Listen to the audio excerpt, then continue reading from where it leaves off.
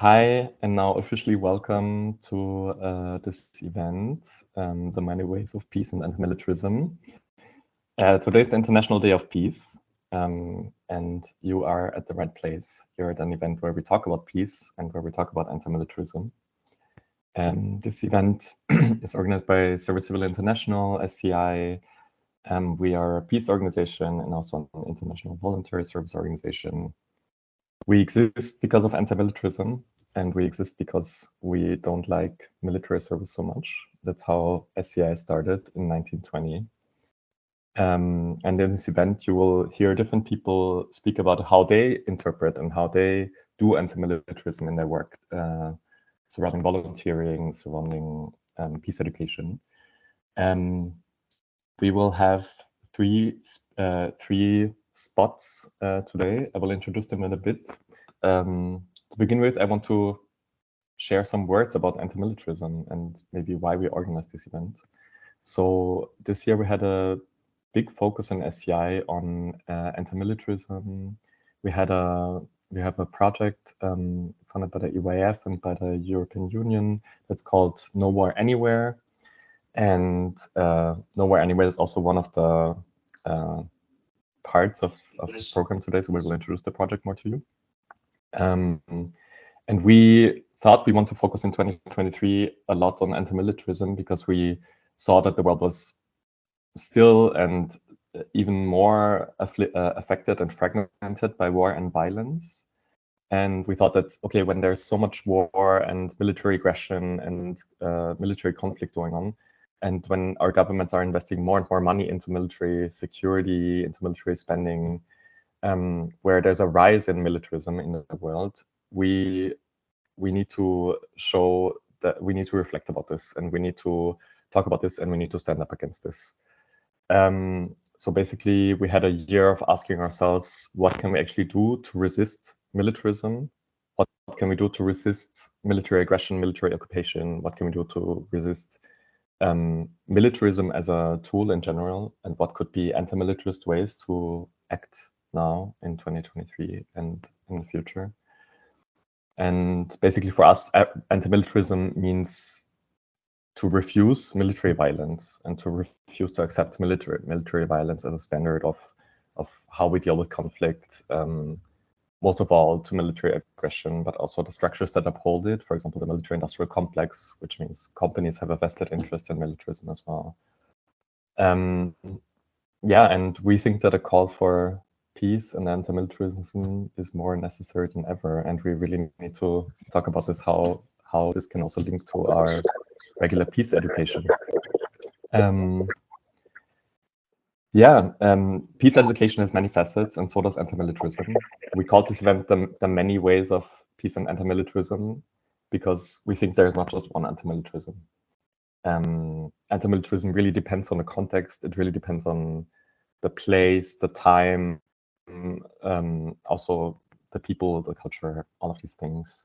So we wanted to show you with this event also 3 different approaches to the topic, or even more different approaches to the topic, because there's not just one anti-militarism. Yeah, so maybe it is time for me to introduce to you our first speakers. They will present this project that I already mentioned. It's called No War Anywhere. And yeah, No War Anywhere has its roots in SCI's anti-militarist history. I already mentioned Pierre Céresol, the founder of SCI and one of the pioneers of the international voluntary service movement, was a strong resistor against militarism. He went into prison during World War I because he didn't want to pay his military taxes. He refused to do military service, and he encouraged a lot of people to do the same by founding Service International and by organizing volunteering camps as an alternative that he wanted to frame as an alternative to military service. Yeah, and the No War Anywhere project really stepped into this tradition, and yeah, I want to introduce to you the 3 speakers that will talk about it. We have Danai, Tom, and Sean here. Maybe you can say hi. Well, hi everyone. My name is Danai. I am one of the trainers of Nowhere Anywhere, and it was a very exciting, almost 1-year journey at this point. And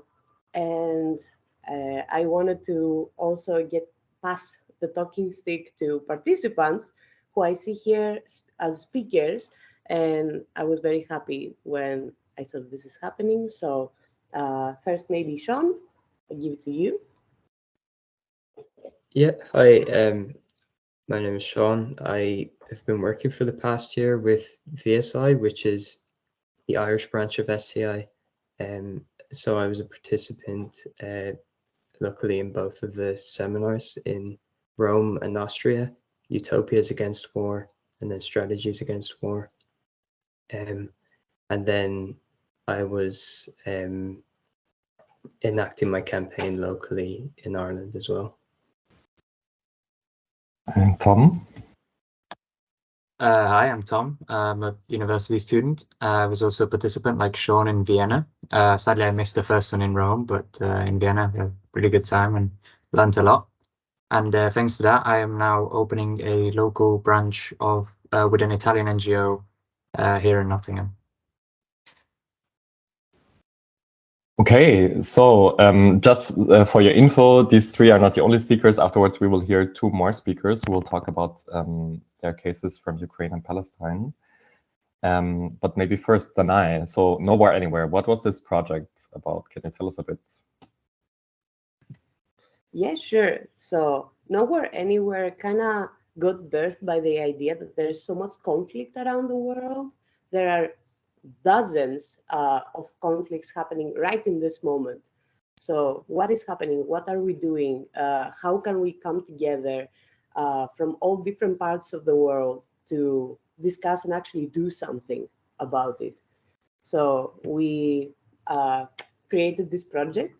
So with the more or less some very specific objectives to explore and map out alternatives to anti-militarism and dive into a lot of utopian thinking, but with tangible action. So how can we allow ourselves to imagine and work towards a positive future as a response to all of the very bad things that are happening around us that can make us go into a very negative state of thinking about the world and a bit pessimistic.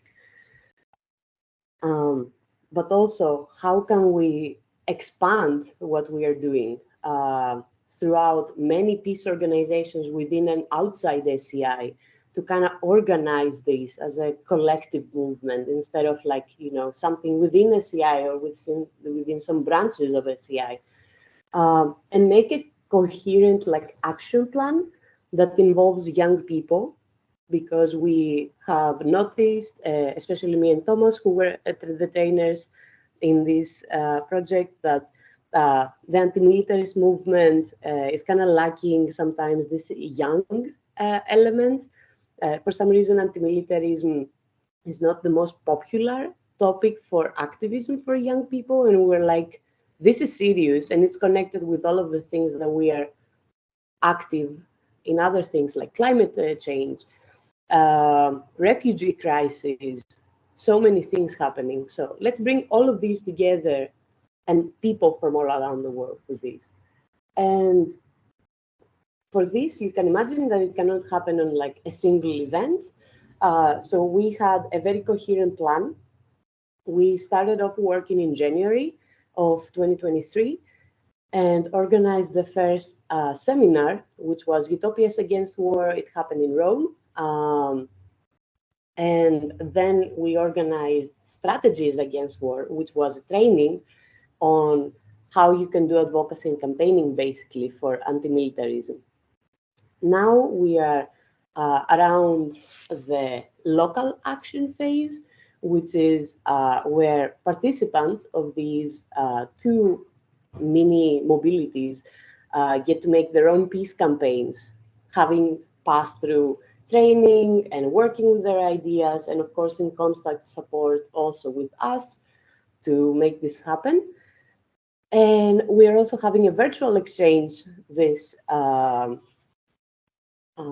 weekend So in case you have missed it, but you still want to become part of a working group that is going to work much more than the lifetime on this project on war and anti-militarism, you are invited. And at the end of the year, or very soon, we're going to release an online learning course, which is called Speak Up for Peace. And it's going to have a lot of materials that we discussed and utilized across the whole project. So as you can see, it has a lot of different elements and things. And I'm very curious to hear how Sean and Tom experienced all of this, what they got out of it. Was it worth it at the end of the day?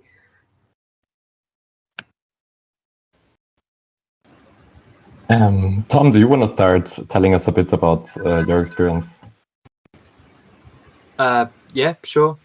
So, as I said, I'm currently in the process of opening this local committee within Ponte Per, which is this Italian NGO. However, I do have to say that this experience I had in Vienna with Thomas and Dana and all the other volunteers that were there with us really helped me and pushed me towards finally opening it, since I was in the process of doing it for more than a year and I just kept putting it off and off. And thanks to all the work we did in Vienna and the lessons they taught us on how to actually implement plans, how to get people to listen to what we think and, you know, get participation from other people, that pushed me towards finally opening it. And I would like to thank Thomas and Dana again for that. So yeah, the project in Vienna was an amazing experience. It taught us a lot. I think to all of us that were there, we get to meet a lot of young people who share very similar ideas to us and with whom we're still in contact and are hoping to work more. So yeah, I think I can pass it off to Sean after that. Yeah, so I was, of course, agree with what Tom was saying, but I was lucky enough as well to attend both the seminars. So I have a very good perspective on the structure of the whole project. So as I was saying, the first seminar was Utopias Against War. The second seminar in Austria was Strategies Against War. And I think that this was a really useful way of getting us thinking about anti-militarism, thinking about our place in the world and the role that we have to play. And then also, as Denai was saying, trying to become more organized, learning how to strategize, and learning how to collectivize and actually implement what we've learned locally to sort of combat the issues that are important to us and to the people around us. So I, in Ireland, have worked on a campaign to protect Irish neutrality. I was doing this with VSI, which is the Irish branch of SCI.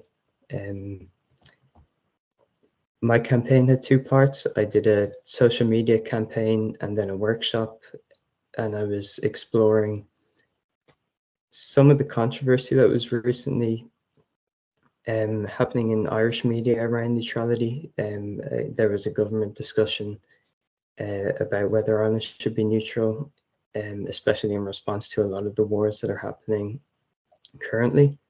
But then my main goal was to sort of bring awareness to neutrality and to anti-militarist and non-violent ideas, so that hopefully in the future, when these questions are raised,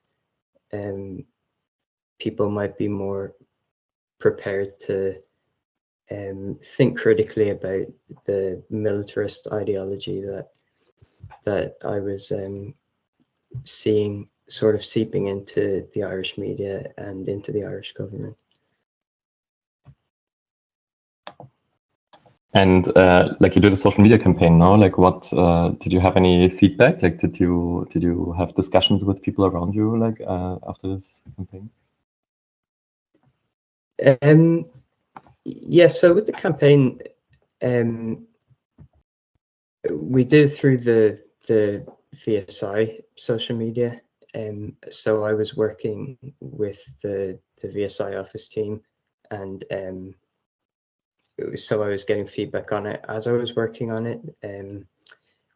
It's a very complex and nuanced issue, so I found it very useful to have people to say, you know, in this case, maybe you're being too biased, or maybe you're not giving a full account of the different perspectives on this issue, or maybe your definition in this case might be incomplete, because this is an issue that goes all the way back to World War II in Ireland. It has a really deep tie with Irish identity, and so it is very complex and very nuanced. And then especially when you add on to that sort of non-violence as a foreign policy, it becomes even more complicated, and then you're getting into territories with ongoing conflicts. So it was really useful to have a team working with me to say, you know, to just analyze the way that we're talking about conflict and non-violence, and about Irish neutrality, which can be quite controversial, especially in the current context. Cool. Thank you so much. Like Danai, I have a question for you. Like, where is it going with the anti-militarist work that we've done this year? Like, what will we discuss at this virtual exchange, for example? So this virtual exchange is particularly of interest to me, because in just the weekend, our goal is to have a functioning, running working group on anti-militarism that is decentralized and running projects and initiatives and campaigns. That might sound very ambitious for one weekend and 6 hours of meeting together in total, but we have structured it very nicely together, so I think it's gonna happen and it's gonna get running. So how can we carry all of this impact from the 2 phases of the project and before that into future? How can we make it outlive the lifetime of the already existing project? Yeah, and we have ideas on all kinds of stuff, like working more on military conscription, or I don't know, I have this idea of doing something around rivers and their position in military conflict. Yeah, lots of things. Nuclear weapons is a topic we want to continue working on. Yeah, so many ideas. And you're welcome to join and to develop some ideas with us this weekend if you have time. Okay, Tom, Sean, Dana, anything else you want to mention about Nowhere Anywhere, or should we go to the next speaker? Okay, so thank you, big applause. Now we're, so basically you will have to put, we now first have 2 more speakers, and then we have breakout rooms where you can discuss. You can kind of choose which speakers you want to interact with, and you can discuss with them, questions, whatever. So there will be space for that. Then if you have any urgent questions, feel free to raise them already now in the chat or something, and we can also include them. Otherwise, our next speaker is Adli Daana, who is the programs coordinator at IPYL, our Palestinian partner organization, and also at the Palestinian Center for Media Research and Development. And Adli, with his work, aims to foster positive change and promote global peace, with a focus on fundamental human rights, civil rights, equity, equality. Basically, Adli organizes international voluntary service in a conflict zone, and around how to have solidarity with people who live under military occupation. Yeah, Adli, the stage is yours. Okay, good morning, everybody. Thank you very much for inviting me to speak in this interesting forum. I think my experience would be a little bit more, let's say, different from the speakers before me, since, let's say, my motivation actually to work on this field goes back to my youthhood when I was young, and I was a political prisoner in Israel. Was arrested so many times when I was young. Spent like around 2.5 years in Israeli jails. At that time, I was thinking that, well, violence is not perhaps the only way that one should be doing to practice in order to reach peace or liberation whatsoever. I was really convinced that there should be other ways to do that. I was really not convinced that really violence could be the solution, although could be to some people. Like armed struggle is a legitimate tool to liberate, people, nations, and people and countries under occupation. Anyway.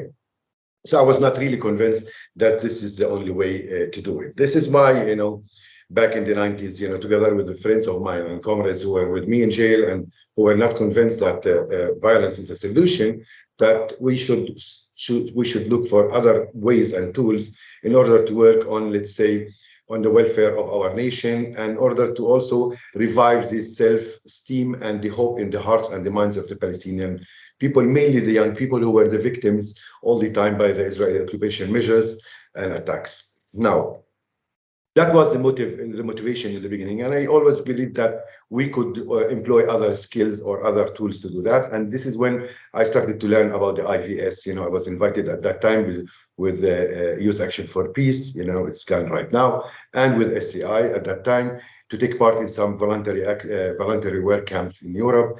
And then the idea developed into creating an organization, co-founding an organization, which was the International Palestinian Youth League. I'm not young anymore. I'm not involved in the decision-making whatsoever, but I help them since they are all volunteers, that they don't have enough resources to I do fundraising for them, I do proposal writing, and I do, let's say, all the other action whenever I have time. My profession right now, I'm monitoring and evaluation specialist, and I work with the German organization called Rosa Luxemburg Stiftung in Palestine.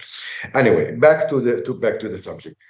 We started organizing international voluntary work camps, and we found in this tool an interest and very interesting method that we can really raise the awareness of the world about the real issue in Palestine, because there is a great deal of ignorance among the world due to the media misleading, information and the deformation of what exactly has been happening in Palestine.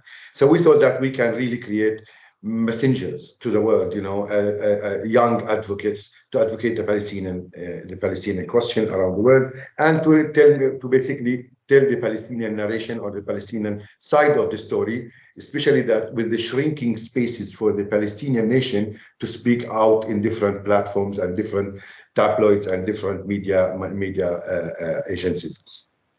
Now, we know that the media is biased and definitely reflects the interests of the nations and the states, and this is one of the main dilemmas that we have. Now, the dilemma and the shortfalls from our side, no way that we could really compete with a state like Israel to really tell about our narration and about what is going on the ground. Now, I didn't find myself actually in the political factions in Palestine. I felt that it was too restricted and limits my colleagues and my generation, let's say, potentials and capacities. So we started to adopt the IVS as a tool in order to really spread the word, to tell the world about Palestine, and to take actions globally, nationally, locally, and wherever it is possible to do that. And thanks to that, this organization, so far we organized about 80 international voluntary work camps in Palestine, and we took part in so many other work camps around the globe with different platforms, among them SCI itself, including like Youth Action for Peace. We did also exchanges with ICYE with the different platforms whatsoever. And it was a fantastic, platform for you to feel that they are doing something for their country instead of going to the streets and being subject to be shot or arrested or injured by the Israeli occupation, which uses all the tricks in the book in basically to suppress the Palestinians, to have them submit. So instead of that, we tell them to join our work camps, to join our actions, and we try to save as many young people as possible. And we always said, that all these young people who what we call them lonely wolves, who just go and attack on the Israeli side, whatever. Of course, this will be there will be a reaction or a consequence from the Israelis, to come and demolish homes and level houses, do all these unnecessary, or draconian military actions against the Palestinians. So the consequences of such an act is really tremendous. It's really hilarious. So we always say, if these young people will stop by our office, so and spend like 15 or 20 minutes with us, we'll convince them not to go and take part in the violence. Instead of that, to really have them, let's say, do something more efficient, at the same time could bring self-satisfaction. The language of revenge and and vengeance, that promotes most of the discussions around the Middle East whatsoever.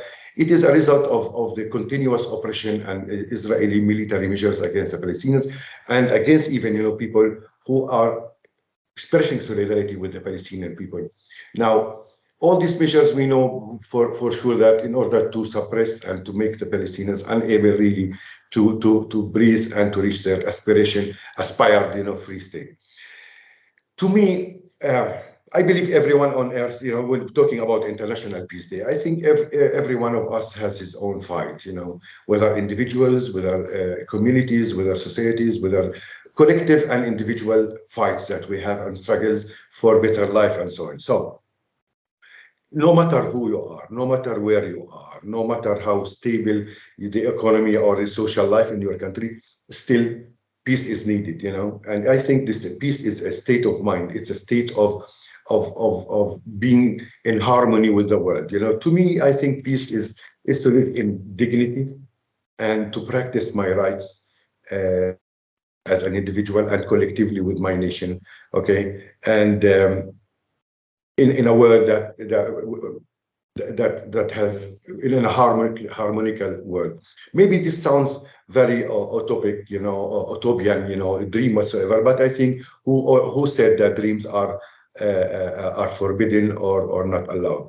Now, I think peace starts from inside. I think peace is a decision. It's an internal decision that you really want to have peace. You have to seek for peace and to continue your way into peace quest, wherever, on your individual rights or your collective rights or national rights or international rights. Now, we have developed activities that goes in line with that, to bring young people from the violence, aspects. The country is full with violence. There are more reasons for violence and militarization than reasons for peace and reconciliation in this country. There is an occupation that has been squeezing our nation for the past 75 years, and not only physically, but also they are trying at the same time to steal our identity and heritage by, for instance, this particular work camp that we did last month in August. It was in a cultural heritage site that was recognized by UNESCO as part of the World Heritage List, which was under danger because the Israelis, they wanted to confiscate the place and convert it into an industrial zone, and to demolish all these terraces around that area. This is why we have been organizing international voluntary work camps in that site since 2008. This number 7 or 8 actually work camps in this particular place, in order to keep the place as is, and to promote and to expose the Israeli policies vis-a-vis this place, because this place represents our identity. And once you don't have an identity, it means that you don't have the right to stay on this land. We're talking about an occupation that is doing all its best to confiscate the identity and to hijack our history. So whenever someone comes and looks at the landscape, thinks that this place is nascent, is new, and it has not been existing since 7,000 years ago. Now, this is our fight that we are doing. Young people love this work camps, these kind of work camps, and other activities that I will be talking about in the rooms, in the separated rooms. That young people felt self-confidence interacting with internationals, And they feel that this is a fantastic method to advocate their cause and their daily reality. Now, our work camps in Palestine actually different from other work camps perhaps elsewhere in Europe. It has a very intensive political and social and cultural dimension, where our work camps consist of two sides. You know, one part is the physical work itself, whether it has to be like community oriented or or a non-profit project, or for marginalized and people or who are living in remote areas and have no proper access to services because of the Israeli measures. Now, the other side is the cultural and the political and cultural and social aspect, where we introduce the Palestinian politics, we introduce the Palestinian culture, the cuisine, the music, the dance, the style of life that we have, also these sort of things. And this makes the volunteers very attached to what they have been doing, because for them it is a new and an eye-opening experience, not only working on a physical work, but also learning new things that it continue to exist with them. Now, some of the successful stories, for instance, that can come out of my sleeves at this stage is like we had this study trip by SCI Catalonia in November, December last year. And we had also a study trip by CCIVS last September.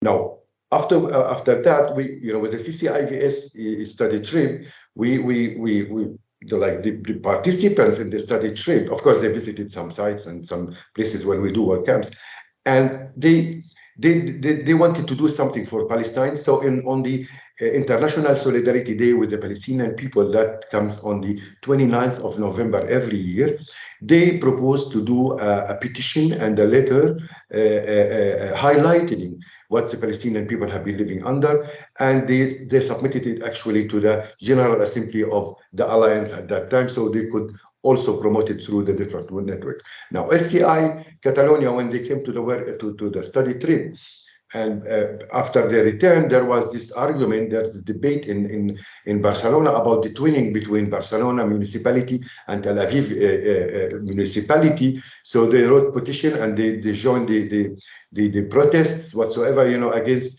this agreement, which led to the cancellation of the agreement. Unfortunately, recently the new mayor is reviving this, and I think we are in the process now with trying to what we can do. Now, this kind of international solidarity actions are very important and very vital. It means that there is a continuation for our work. Without solidarity, I don't think that we can get anywhere on earth. Solidarity is a very integral part and well embedded in the main principles of the IVS in the world, like solidarity, peace, human rights protection, immigration, GLBTQR, all the gender, all the environment, climate change. I think they are very important concepts that we are working for. Okay, maybe we cannot really change things drastically, like in a snap. Maybe we cannot. I'm sure we cannot. It requires more efforts than what we are doing. But at least we know that working with the grassroots around the world, we can grow up slowly but confidently. That with the hope that the circle will enlarge and will expand. More people will join the same beliefs and perspectives that we are dreaming about, to dream with us and to work with us on small steps here and there in order to really ignite the change elsewhere.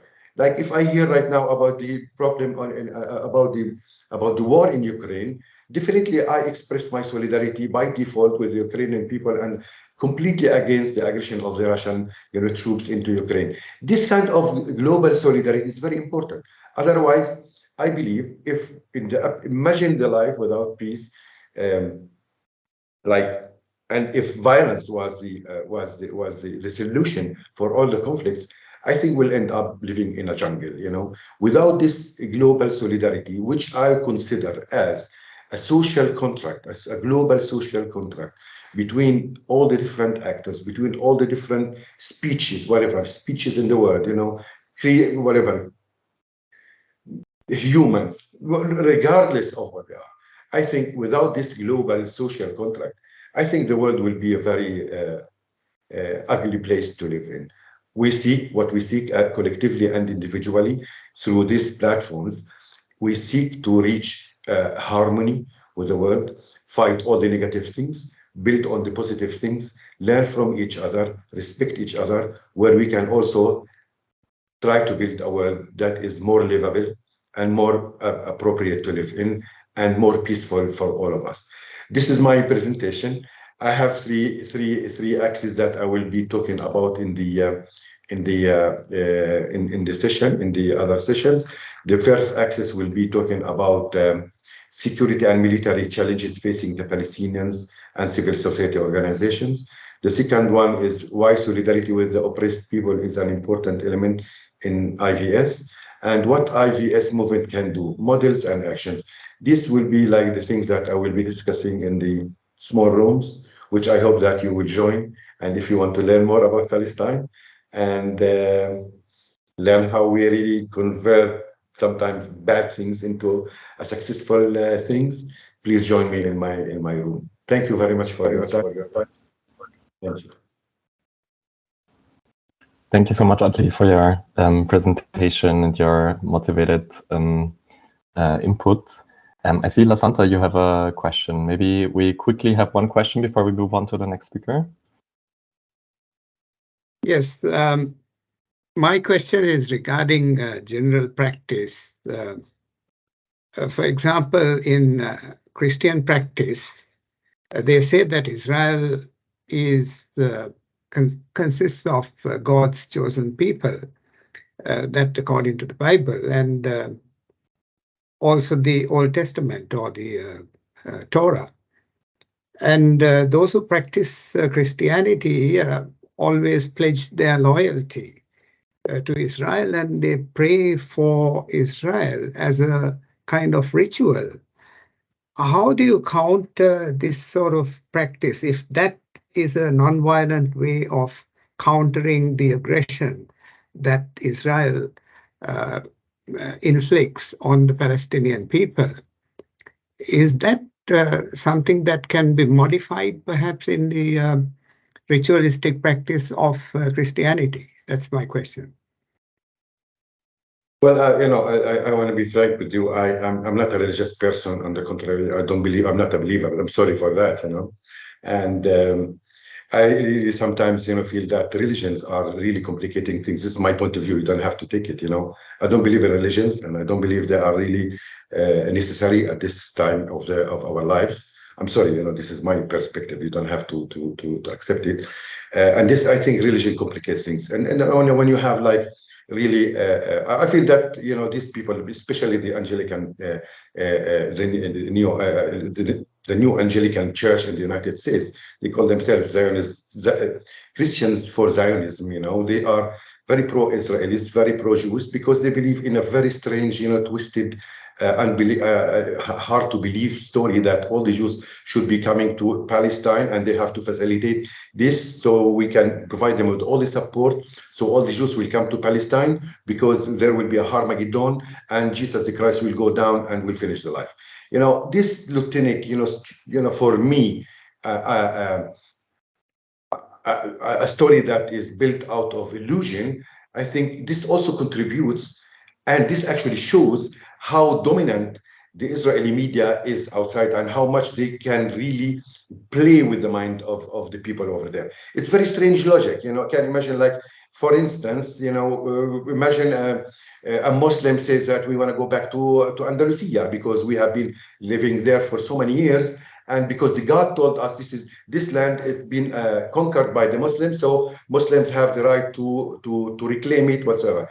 I think, listen, whenever any discussion that starts with that, the God gave me this, for me, it's end of discussion. I don't believe that the God is running a real estate institution and distributing lands and countries and properties for nations.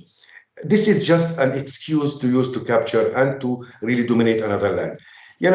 We know that how media, this is why when I said about the media, how they are manipulating, how about the news industry, I want to call it, how the media is really deforming the facts on the ground.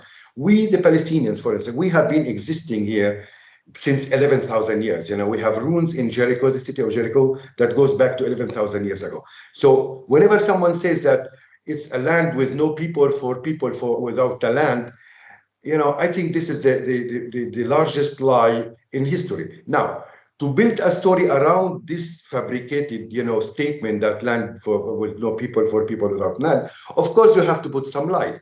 And in order to make it more believed by weak people, okay, and nascent, you know, let's say naive people, you put some religion into it. That, you know, we have to support the Jews, we have to do this. I have nothing against the Jews at all. If the Spanish tomorrow come and occupy Palestine, I'll fight the Spanish. You know, I don't care if whoever comes. So that when you staff a lie with some stories, especially the religion, you know, it becomes like a taboo, not taboo to discuss it or to argue it. And this is actually, I guess, the case with all these new Anglican church, mainly in the United States and somewhere else. Listen, one fact one have to know: we existed in this land, and we will continue to exist.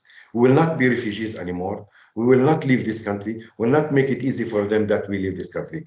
No way that we leave this place. We have to leave. This is why when I started some dialogue groups, sorry that I'm jumping into that, with some Israeli activists from the left, we agreed on one formula. If we were unable to kick the Jews into the sea and they were unable to kick us to the desert, we have to meet somewhere in the middle and we have to find a solution, period.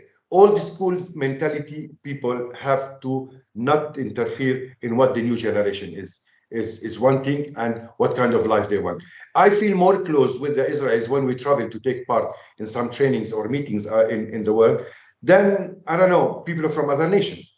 We have something to common to talk about. Maybe, but we don't fight. You know, for me, I don't fight. It's just like say, do you accept what your government is doing, this and that? And what I mean, it's always possible, but you have to have the will and you have really to work hard for it. I'm sorry that my answer was longer than what you expected, maybe, and maybe I went into different directions, but I think it was very important to elaborate on it. Thank you. Thank you. We are running a bit behind time, so I would move on to our next speaker, Anastasia, and you can continue discussing Adli's input after in the breakout rooms. So Anastasia Tereshchuk is working for Alternative V, which is our amazing Ukrainian partner organization. Anastasia, with her work, aims to facilitate cooperation among international and local youth organizations. She wants to promote active citizenship among Ukrainian youth. She does non-formal education, cultural programs, environment programs, historical hereditary programs. And well, at the moment, Anastasia organizes a volunteering camp in Ukraine during the ongoing war that we all know about. And yeah, and she will introduce the project and her work to us now. Welcome.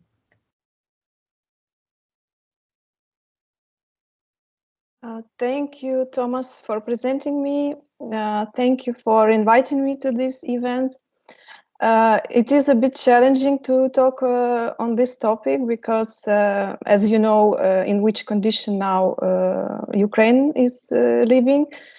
And so I would say that I would represent another reality to you and maybe another perspective now on peace and anti-militarism, unfortunately, because we have to live in these conditions now. And in solidarity with previous speaker, Adli, I was listening and I really feel solidarity because we have some similar situations. Now part of Ukraine, as if you know, it's also partly occupied. Other regions are attacked by air, by rockets. For example, exactly this night, again, Kiev, which is my home city, was again attacked hardly. So it is ongoing, it is very actual. And reflecting on all this, when in 2014 Russia annexed some parts of our land, we also were like part of the people didn't want to take part in this war, of course, and we were some people, some men, for example, they say, I will not go to that war, I will, you know, abstain from the military service. But some people had do that and had go to the east and to protect that little piece that this invasion will not go further. And unfortunately, it still went further. And personally, me, I couldn't imagine that it will be full-scale invasion and that would reach my place where I live. And yeah, I was also sticking to the anti-militarism at the time, and of course I would say, let's stop it. We should not allow this war going on, but it's not easy just to say. It's more complicated topic, and for now, to protect and to fight, this is our way to live. Because if we don't fight, we will not believe. We will not be alive. So when it is war, unfortunately, you cannot say, I'm just peaceful, I will stay away. If all our men and women who are now protecting us and who are fighting and give their lives for this, if they would abstain, now we will be all occupied by Russia and be just part of Russia because they think they have right to occupy our country. So for this moment, we unfortunately need to fight and to release our land. And after that, I really hope we can work for peace and to when we will be on peace, we can work on keeping it and to think how we can do it. But it is also complicated because if our neighbor will stay for not peaceful values, so that's the question, what we should do, how we can stay for the peaceful values then. So that is my topic for the breakout room, actually. Yes, but here and now I wanted to present you an international voluntary camp which we managed to do this year. And as Adli said, they do a lot of these work camps, and that's really amazing. We had only one for now, and of course it was we were very how to say, worried how it will go, how we can invite international people to Ukraine, to country where it's dangerous to be, and you never know what is going to happen next night. And it's really that when you go to sleep in the evening, you don't know what will happen this night, and it's really true. And so I was praying that will be no attacks during that our international and our Ukrainian volunteers are at the camp.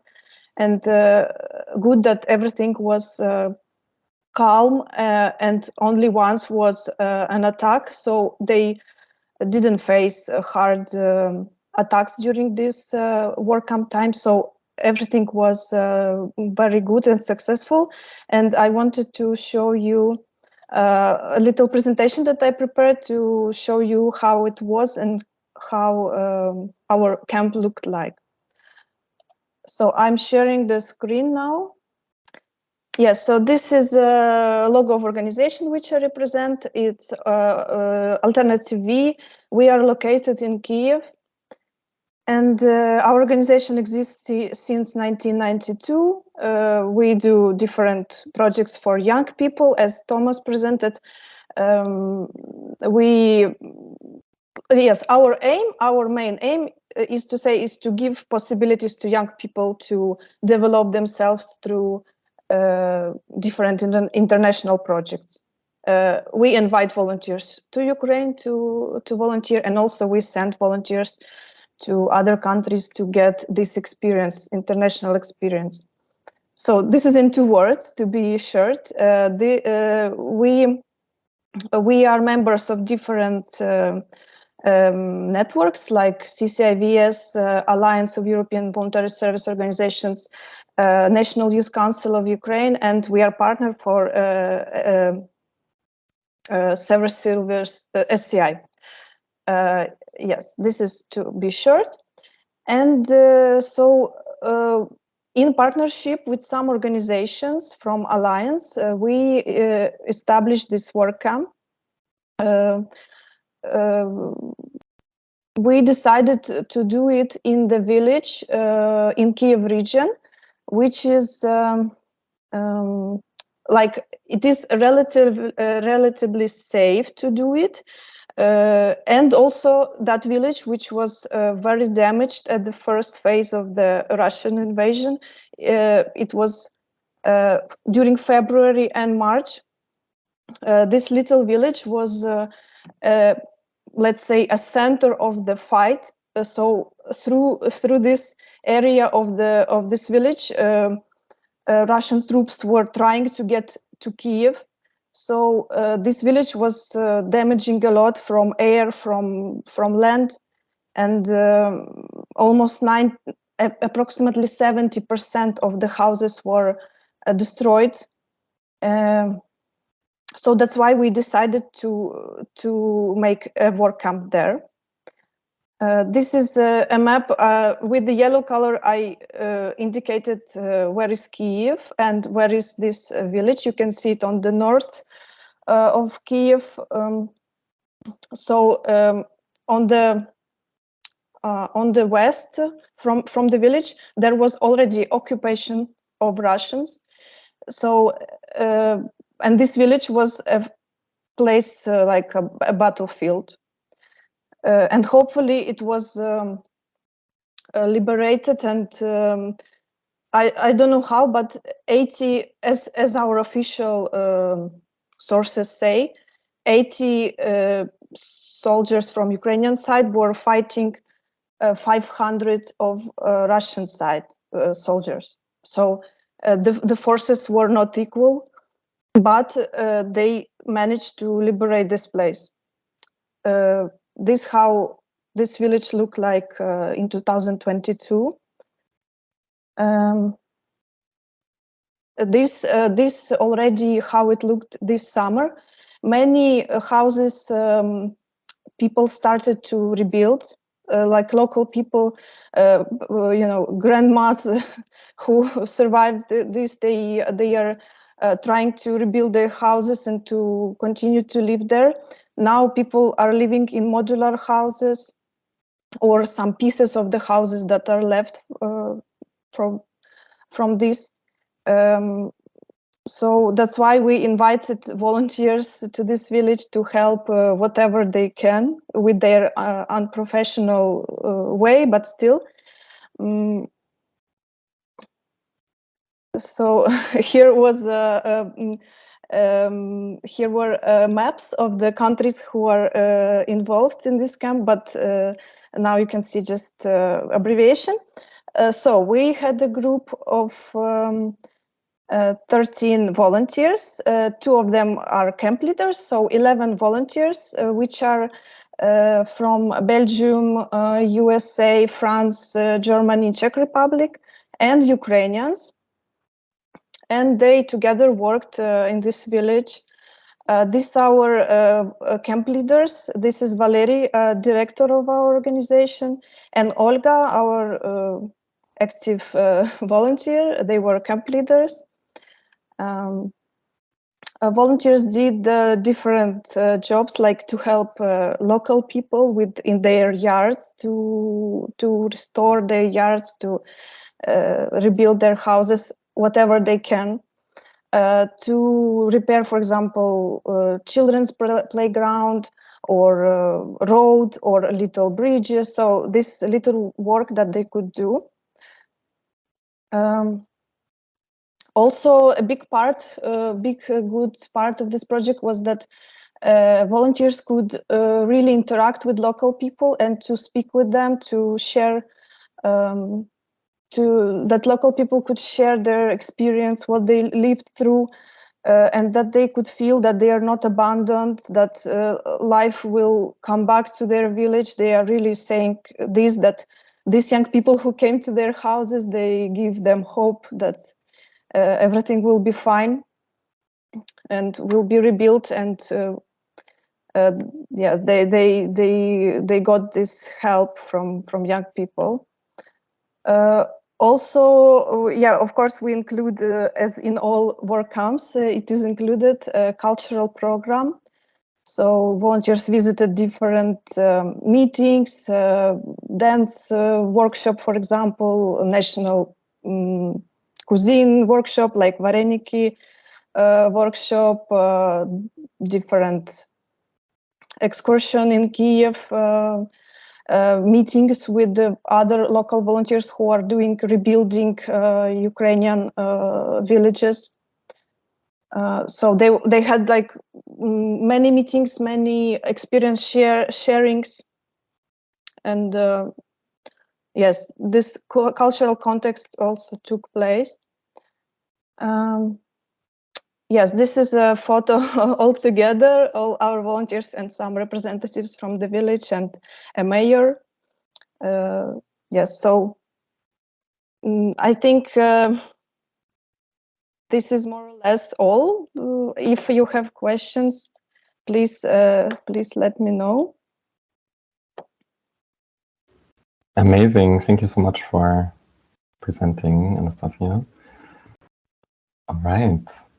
Yeah, we just heard three different speakers and lots of different perspectives, lots of different contexts, and most of all, lots of great ways how we can actually do anti-militarist volunteering and youth work on an international level.